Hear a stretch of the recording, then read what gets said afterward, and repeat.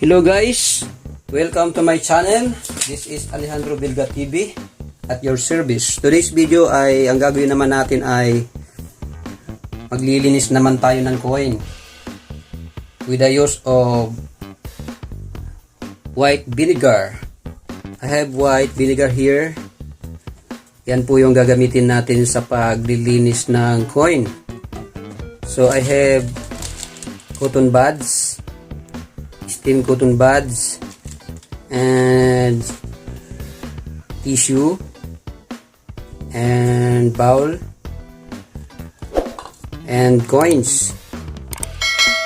So I have coins. This coin is aluminum bronze,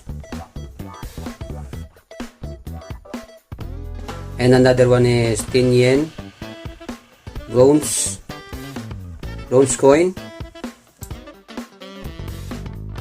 and another one is brass coin.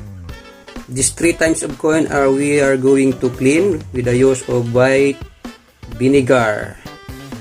So let's go.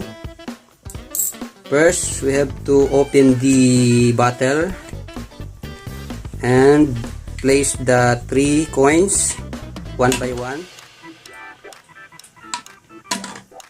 and close the bottle and shake it, baby, and shake it in a matter of 1 to 3 minutes, and we will see the result of our experiment. Shake it and shake it 1 to 3 minutes, guys, and you will see the results. So 3 minutes is ended, and we have to open the bottle and the coins in the vinegar. We're going to place to the bowl, and we have to clean it with the cotton buds, and you will see the result, my friends.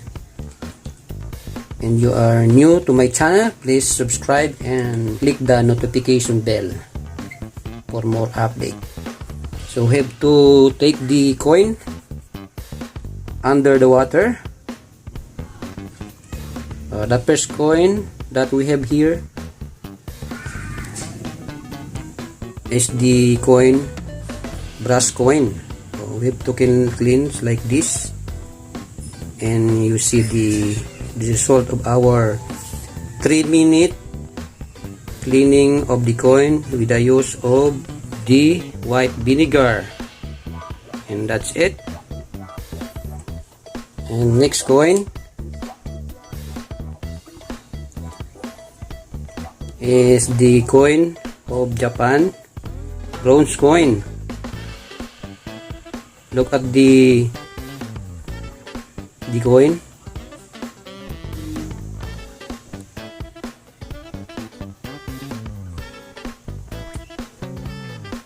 This looks clean coin. The patina and the tarnish is removed, guys. That's it.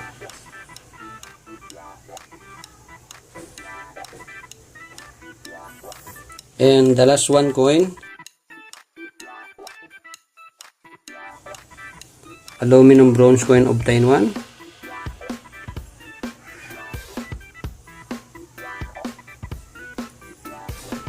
That's it.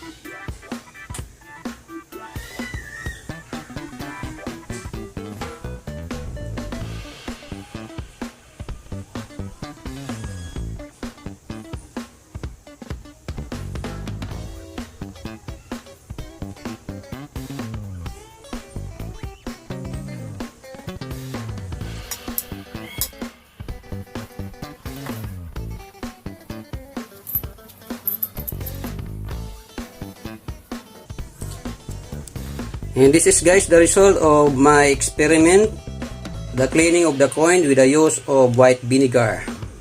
Look at that. That looks good. Not very clean, but you can see the coin are clean. The tarnishes and the patina were removed. So guys, when you were going to clean your coins, do not clean your valuable coins, rare coin, hard to find coins, because when you clean your coin or your valuable coin, you lose the value of your coin. So take note for our children, don't do this at home because the vinegar is also a hazardous substance which can irritate our skin or our eyes. Thank you for watching, ladies and gentlemen. God bless you. Bye bye.